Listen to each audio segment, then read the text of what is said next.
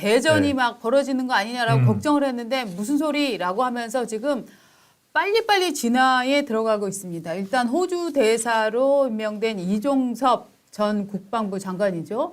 이종섭 대사가 금주 중에 잦은 귀국을 한다고 합니다. 금주 중이라고 하면 오늘이 수요일 아닙니까? 그러니까 목, 금, 토, 뭐 이 중에 하루 이제 들어올 것 같은데, 그러니까 지금 여당의 지지율을 크게 빼먹고 있던 것들이 뭐 정리하면은 두 가지 아닙니까? 일단 이종섭 호주 대사 임명권, 그다음에 황상무 그 수석 발언 이건데 이 발언이 지금 오늘 아침부터 아주 빠르게 정리가 되고 있습니다. 또 황상무 시민사회 수석 아침에 7시 뉴스부터 막 나오기 시작하지 않았습니까? 수석이 대통령에게 저 물러나겠습니다. 사의를 표를 했고 대통령이 바로 수용을 했다. 이렇게 해서 요 사태가 완전히 이렇게 막 초기에 그냥 불길이 일어나려고 하니까 그냥 화염 방사기를 바로 쏴댄.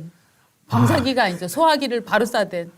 지금에서 그렇게 얘기하지 사실은 정말 어제까지만 해도 신문에 윤한 갈등이 빡 박혀서 나왔잖아요. 맞습니다. 지금 총선 이제 오늘 며칠 남았습니까? 3주 남았습니다. 21일 남았어요. 이제 겨우 이제 투표장 갈까 3주 남았는데 저 대통령하고 여당 비대위원장하고 무슨 갈등이냐. 그래서 정말 속이 타들어간 것 같았어요, 저는. 그런데 전해지는 소리는 이렇습니다. 기본적으로 대통령은 이번 총선을 이겨야 한다라는 입장이 강하고 그러기 위해서는 비대위원장, 선대위원장 중심으로 가야 된다라고 하는 생각이 비교적 확고하다 이런 얘기가 지금 나오고 있거든요. 그러니까 결국은 건건 별로는 갈등을 노출할 수 있죠. 신동훈 차장이랑 저도 갈등이 수시로 노출이 됩니다. 하지만 그런 갈등이 생각의 차이를 서로 막 얘기를 해서 결국 결론은 뭐냐? 우리가 시청자님들께 조금 더 좋은 방송을 전달해야 된다. 이런 내용을 이렇게 해야 된다라고 저는 주장하고 신 차장은 이렇게 해야 된다 주장하다가 결국 우리의 합의는 뭐냐? 무조건 시청자들이 듣기 쉬운 뉴스 전해야 된다. 알기 쉬운 뉴스 전해야 된다. 이렇게 지금 결론이 가고 있는 거거든요. 근데 말입니다. 지금 생각을 해보십시오. 그러니까 불과 한 2주 전, 16일 전이니까 보름 전만 해도 그 야당의 그 공천이 이른바 비명 행사 공천이었잖아요. 그렇죠. 비명 행사에 지금 달라진 거 없습니다. 비명 다 자르고 어저께도 박용진 결국 날아갔잖아요. 그런 비명 행사 공천이 지금 민주당의 어떤 본질 이런 걸 드러내면서 상대적으로 그 여당은 잡음 없이 공천들이 차근차근 이루어졌잖아요. 그러면서 수도권 지지율이 45%까지 올랐어요.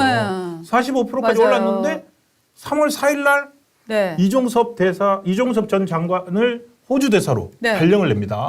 그러면서 이종섭 그래서 최상병은 다 끝났나 보다라고 생각을 했고 그랬는데 슬금슬금 도주 대사다, 런했다 이런 말 나오면서 불안불안하고 있는데 그 과중에 뭡니까 도태우 공천 취소, 장례찬 공천 취소 이게 나오고 그러다가 황상무 시민사회 수석 발언까지 나오면서 조사를 해봤더니 30%까지 떨어진 거예요. 맞습니다. 근데 이 30%가 왜 위험하냐 하면 여러분 지금 민주당이 반으로 쪼개져서 조국혁신당 또 민주당 이렇게 찢어져서 싸우고 서로 자리를 차지하려고 하는 거는 사실은 괜찮아요. 그런데 국민의힘 보수당은 반으로 쪼개지면 큰일 납니다. 왜냐? 비례대표를 누구를 찍으시겠습니까? 해서 맨날 숫자가 나오는데 보수, 국민의힘, 국민의미래 여기를 찍겠다고 하는 사람은 죽었다 깨나도 38%가 넘어가지 않습니다. 그 외에 나는 조국혁신당을 찍겠어. 나는 시민연합을 찍겠어. 이런 사람들이 거의 60%에 달하는 거예요. 그러니까 우리나라 지형은 기본적으로 4대 6. 저는 4대 6 내지 3.5대 6.5 정도라고 생각을 하거든요. 6.5는 잘라도 3.25예요. 그런데 3.5는 반 자르면 1.75가 됩니다. 정말 큰일 나요. 그렇기 때문에 이 보수 안에서도 대통령을 지지하는 분들, 한동훈 장관을 지지하는 분들 지금 한동훈이 잘못했어, 대통령이 잘못했어 서로 이렇게 싸우시는 분들도 있는데 이게 제가 보기에는 저는 약간 뭐 누구나 갈등이 있을 수 있지만 네. 여기 많이 휘둘리는 건 정말 이관계에 휘둘린 거다. 저는 이관계죠. 이렇게 봅니다. 네, 아니 정말로 만들어진 갈등이 황상무 수석 같은 경우, 발언 같은 경우에도 그거 같은 경우에는 뭐 돌출인데 네. 보통의 어떤 그 기자들과 이런 만남에 있었을 일이라면 네. 이게 불거지지 않았을 수도 있어요. 네. 전체를 아는 사람. 근데 문제는 지금이 선거 국면이고 선거 국면이기 때문에 불러 나왔기 때문에 빨리 수습을 해야 되는데 네. 우리 시청자들 보시기에 어떤지 모르겠습니다만 지금 황상무 수석이 결국에는 이 사퇴를 했죠. 했고 그리고 대통령이 수하면서 이제 네. 마침 이제 이종섭 호주 대사 기국과 함께 네, 네. 맞물려 가지고 네. 이제 새롭게 네. 이제 3주 동안 남은 거 새롭게 또 선거 국면이 시작이 될 수 있지 않을까 싶습니다. 결국은 이거는 대통령이 결단을 내렸다 이렇게 봐야 되는 겁니다. 대통령이 결단을 내려서 황상무는 그러면은 나가고 이종섭은 빨리 불러서 국민적 의혹이 없게 하고 이 부분을 정리를 하고 나니까 한동훈 비대위원장이 방금 전에 또 입장을 냈습니다. 정말 화답하듯이 입장을 냈는데요. 뭐라고 얘기를 했냐면 오늘 안양에서 지금 선거 대책 회의가 열리고 있답니다. 그런데 한 위원장이 바로 얘기를 했습니다. 오늘 바로 반응이 나왔군요. 네네. 저희는 20여일 총선을 앞둔 상황에서 절실하게 민심의 반응을 하겠습니다. 이렇게 얘기를 해서 손끝에 느껴지는 작은 온도까지도 무겁고 예민하게 받아들이고 기민하게 반응을 해야 됩니다. 라고 얘기를 하면서 지금 대통령실에서 잇따라 나오고 있는 이런 액션들 요거에 대해서 네, 맞습니다. 우리는 국민들이 정말 손끝에서 받아들이는 이 얘기를 간절히 들어야 됩니다. 때맞춰 대통령께서 아주 적절하게 이 액션을 취해줬습니다라는 걸 가로 안에 넣고 지금 얘기를 하고 있습니다. 가로 아니죠. 그렇죠. 그렇죠. 그러니까 어쨌든 저는 사실은 지난번 서천 화재로 인해서 봉합되었던 네, 그 네. 대통령과 네. 당의 용산과 갈등처럼 이번에도 현명한 선택을 했다고 네. 봅니다. 네. 그리고 이제 남은 게 또 하나 있죠. 네. 지금 사실은 이제 비례대표 네. 가지고서 나온 갈등. 네. 그것만 이렇게 잘 정리가 되면은 되지 않을까 근데 싶습니다. 저는 비례대표 네. 갖고 나오는 갈등 말입니다. 네. 물론 이 리스트를 짜고 우와 이분이 우와 멋있어 막 이런 얘기는 안 나오지만 역대 그 4년 전에 그 국민의힘 쪽에서 나왔던 네. 그 비례 논란 생각나십니까? 그 공관위에서 쫙 명단 발표하고 뒤집어지고 공관위원장 바뀌고 새로 리스트 작성하고 그야말로 난리 엄청 난리가 났었거든요. 그렇죠. 예. 저는 비례 명단을 두고 이 정도 논란이 안 나오는 것도 힘들다라고 생각을 하고요. 아니, 저는 근데- 이 정도 논란이면 예. 뭐 감당할 만한 논란이다 생각을 해요. 아니 근데 이제 네. 마침 시기가 네. 그 호주 대사를 네. 이제 내보낸 거에 대해서 그 비대위원장이 빨리 네. 불러들이든지 조치를 하라. 네. 그리고 시민사회 수석도 조치를 하라. 네. 라고 했는데 이제 그 비례 명단이 나온 상황에 대해서 네. 이철규 영입위원장이 네. 어쨌든 그 같이 당을 꾸려는 비대위원장이 네. 자기 페이스북에다가 네. 불만에 섞인 그 4명은 문제가 있다. 네. 뭐 비례위원 했던 2사람이 다시 들어갔고 그리고 또 뭐 또 2명이 당에서 들어간 사람들 네. 뭐 호남에 대한 배려가 없다. 네. 이런 문제를 당 내에서 해결이 되는데 이철규 영입위원장이 자기 페이스북에다 썼어요. 그렇죠. 그걸 보면서 사람들은 야 이게 용산과 당의 갈등이 이철규 영입위원장이야말로 또 어쨌든 윤심을 대변하는 사람이라고 생각을 하잖아요. 네. 갈등이 진짜 있구나 네. 라고 많은 사람들을 조마조마하게 만들었어요. 그런데 이철규 씨가 포인트를 잘못 짚었어요. 지금 뭐 예. 한지야 뭐 이런 사람 얘기 나온 것 같고 저 한동훈의 사천이다 이런 뭐 얘기 하고 이랬잖아요. 있잖아요. 제가 알기로는 한동훈 예. 위원장보다 아마 대통령이 한자 위원이나 이런 분들에 대해서 더 먼저 인지하고 있었을걸요? 그렇죠. 제 느낌은 그렇습니다. 아니 그러니까 뭐 그건 네. 정확하게는 모르는데 그러니까 네. 이게 사천이라고 자꾸 한동훈의 사천이다 뭐 네. 이렇게 얘기를 하는데 네. 과연 그게 맞는 얘기인지. 저는 별로 이건 안 맞는 예. 것 같아요. 그래서 오늘 네. 뭐 그런데 어쨌든 그렇지만 이철규 영입위원장이 공개적으로 비판을 했지 않습니까? 맞습니다. 세게 비판했죠. 네, 그거에 대해서 오늘 아침에 그 SBS 라디오에 네. 비대위원 중에 한 명이죠. 김경률 비대위원, 네. 우리 김경률 회계사. 네.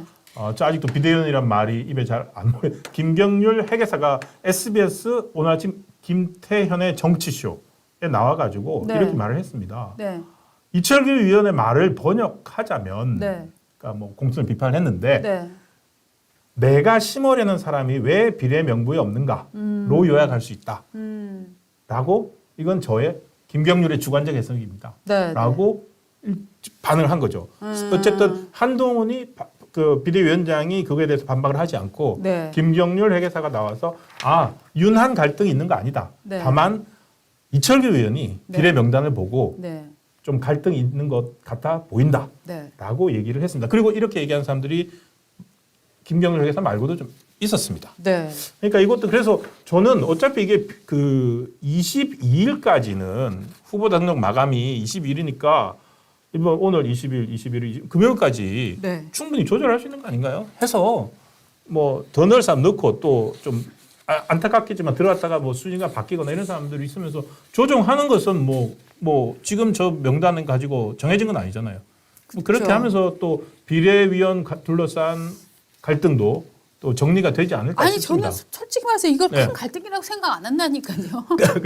아니 이 정도 잡으면 지금 옛날 선거 때마다 나왔던 비례위원 그쵸? 가지고 공천 천국 예. 낙천 지옥인 사람들이에요 지금. 그쵸. 지금 선거에 나오는 네. 사람들은 이 사람들이 내가 비례에 몇 번에 들어갔다 비례에 들어갔다 안 들어갔다 이거 갖고 나를 공천을 해주면 천사 나를 떨어뜨리면 악마 이렇게 되는 상황인데 이 상황에서 그 자기 경쟁력보다는 정말 어떻게 보면은 이 번호에 의해서 내 인생이 지금 갈리는 상황에 처한 사람들 아닙니까? 비례라는 게.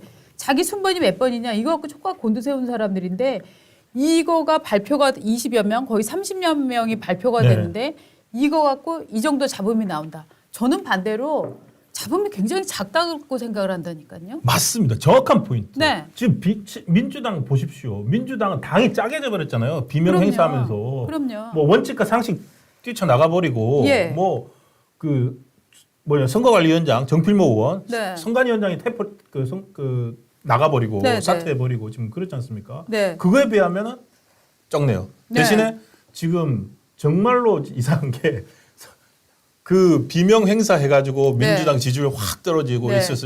있었던 게 네. 정말 까마득한 맞아요. 옛날 얘기 같아요. 맞아요. 야 이거 지금 속보 또 나오고 있는데 예. 지금 윤석열, 한동훈 이 두 브라더가 정말 주고받고 하면서 선거를 향해 지금 또 돌진하고 또 있어요. 나왔네요. 뭐냐면은 한동훈 비대위원장이 밝혔습니다. 비례대표 시스템 공천 절차에 따라 정해질 것이다. 이거 무슨 말인 것 같으세요? 결국 지금 방금 전에 우리 신 차장이 얘기한 순번이나 뭐 넣을 사람 넣고 뺄 사람 조금 정리하고 미세 조정하는 거 이거 지금 하겠다는 얘기잖아요. 내 리스트 내가 발표한 리스트 아무도 손 못 대. 이 리스트 막 가슴팍에 넣어두고 막 아무도 못 꺼내가. 들고 가버려. 들고 막 도장 들고 나르샤 하고 이게 지금 아니잖아요. 네. 이게 지금 아니고 지금 우리는 이렇게 지금 저 비례대표 리스트는 저쪽 당에서 그렇게 만들어 내가고 있는데 네. 그게 문제가 있다? 그럼 뭐 다시 얘기하면 되지 않을까요? 맞습니다. 네. 그리고 우리는 그거를 내 기분 따라 대통령 기분 따라 그다음에 이철규 기분 따라 하는 거 아니고요. 시스템 공천 절차에 따라서 다시 한번 리뷰해 볼게요. 저는 지금 이 얘기를 받아들였거든요. 맞습니다. 네. 지금 그러니까 오히려 사천이고 진짜 사천 중에 사천은 민주당에서 비명 행사 공천이 사천이에요. 지금 박용진 의원 같은 경우에 정봉주 날린 다음에도 네. 그 지역구로 해서 했던 박용진 결국에는 어젯밤에 떨어졌잖아요. 그럼요. 그리고 심지어 공천 신청하지도 않았던 네. 변호사 그 그렇죠. 조수진인가요? 네. 그 국힘의 조수진 말고 네. 그 조수진 변호사가 알릴레오 유시민 네. 이렇게 알릴레오 하고 했을 때 옆에서 이렇게 쳐줬던 네. 그 사람이 됐고 심지어 그러고 유시민 같은 경우에 배지 주웠다 뭐 이런 말까지 했던 맞습니다. 그런 사람까지 나왔어요. 공천을 예. 공천에 대해서요. 저 민주당에서는 배지 주웠다고 해요. 그게 저는 정말 이번에 보면서 여성 정치인이라는 게 네. 얼마나 특히 민주당에서는 말입니다. 여성 정치인들을 이용해서 그러네. 너무나 요란한 장난을 많이 칩니다. 그러니까 반대로 저는 이렇게 묻고 싶습니다. 여성이면서 정치를 한다는 사람들, 당신들이 당신의 뜻을 펴기 전에 이 어떤 사람을 제거하기 위한 사술의 목적으로 쓰이는 거, 간교한 계획의 목적으로 여성 정치가 동원되는 거, 이거에 찬성을 합니까라고 묻고 싶어요. 지금 젊은 여성 데리고 와서 가점 주면서 박용진을 날려버린 거 아닙니까? 그렇죠. 가점을 줬죠. 가점. 그렇죠. 예. 그런데 이런 식으로 가점 받아서 정치인이 되는 거, 이 과정에 대해서 한 번도 자기가 이용당한다는 생각을 없는 거, 네. 이거는 저는 좀 정치인으로서 문제가 있다. 하여튼 저는 지금 민주당이 자기 밥그릇만 챙기면서 심지어 자기 방탄 명단만 챙기고 있는데 반해서 민주당은 비례를 둘러싸고 비교적 소음이 적었고 그 소음마저도 완전한 이 고요한 상태를 만들기 위해서 지금 한동훈 선대위원장이 같이 지금 호응을 해서 명단 손볼게요. 문제가 있는 거는 우리 시스템으로 하면 당 기여도니 뭐니 뭐 성장성이 이런 거 쫙 봐갖고 다시 한번 맞습니다. 순서 정리합시다. 이렇게 나왔다는 점에서 오늘 아침 수요일 오늘 아침을 기점으로 국민의힘 보수당의 당정의 갈등은 없었다고 본다. 네. 네. 자 이렇게 해서 이제 3주 남았으니까 이제 여론조사가 그 동안에 여론조사 가지고 또 뭐 많이들 뭐 국힘 뭐 난리 났다 뭐 이렇게 했잖아요. 근데 이후 오늘부터 나오는 여론조사들이 다음 주 나올 거고, 그리고 그 여론조사 추세나 이런 것들이 그 다음 주까지 이어지면서 큰 잡음 없이 또 이렇게 이제 본격적으로 선거운동 국면으로 들어가지 않을까 싶습니다. 그리고 여기서 얻어지는 교훈은 그겁니다. 뭐라 할까요? 정말 민주주의는 여러 사람의 얘기를 들어야 되지만 저는 선거 국면에서는 선장 한 명이만 있어야 된다. 그렇지 않아요?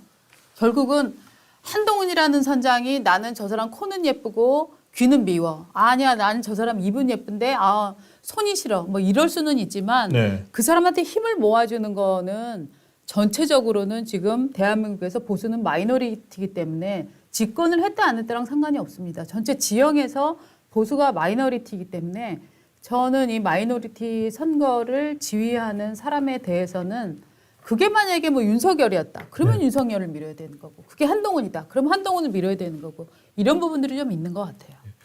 그런 면에서 어저께 한동훈 비대위원장의 발언이 그 상당히 어떤 절실함을 보여줬다고 생각합니다. 맞아요. 만약 이번 총선에서 패배한다면 윤석열 정부는 목표했던 걸 하나도 이루지 못할 것이고 결국 종북 세력에게 나라를 넘겨주게 될 것입니다. 그러니까 제가 정확한 워딩은 아니지만 이 두 가지 요지로 얘기를 했거든요. 그 어떤 절실함의 표현에 또 용산에 있는 참모들이나 이런 사람들 아마도 지금 오늘 아침 딱 시작하자마자 황상무 사표 받고 이종섭 들어오기로 하고 하는 거 보면은 어제 밤 사이에 어마어마한 그 커뮤니케이션이 있지 않았을까. 그렇게 그 움직임이 있었을 거로 추정이 됩니다. 그런데 저는 뭐 요 아이템을 좀 정리하면서 넘어가서 한마디만 하자면 대통령실이 이 황상무 수석 발언을 바로 그냥 접한 상태에서 조금만 한 박자 쉬고 나서 본인이 사퇴를 표명하고 대통령실이 받아들였으면 저는 가장 스무스하게 이 문제가 봉합이 됐을 거라고 생각을 합니다만 그 사이에 대통령실이 18일이었죠. 내용을 보도자료를 냈어요. 언론사를 상대로 강압 내지 압력을 행사해 본 적이 없다. 과거 정권같이 언론인을 사찰하거나 언론사 세무 사찰을 벌인 적도 없다. 이거 김대중 정부에서 그 언론 사찰 한 거 얘기하는 거잖아요. 문제는 뭐냐? 지금 유권자들은 김대중 정부에 언론 사찰이 있었는지 언론 세무조사가 있었는지 알지도 못해요. 이 단어를 얘기하는 순간 이 책임이 마치 이 윤석열 정부가 이걸 하고 있는 것처럼 기이하게 더 씌워지는 나쁜 그 발언이거든요. 저는 맞습니다. 이 대응 논리가 너무나도 촌스럽고 역공당하기 쉬운 논리였다. 왜 이따위 역공당하기 쉽고 이미지만 훼손되는 이런 보도자를 왜 냈었나. 너무나 대처에 너무나 아쉽다 하는 얘기는 꼭 드리고 싶습니다. 코끼리는 생각하지 마라고 하는 순간 머릿속에 코끼리만 났거든요. 회칼 방어한다면서 언론사 세무 사찰 뭐 사주 구속 이런 얘기를 먼저 입에 꺼내는 순간 그게 저거 생각하고 있네. 저 사람들 뭐 이렇게 된다니까요. 넘어가는 겁니다. 하여튼 어쨌든 잘 봉합됐습니다. 잘 봉합됐습니다.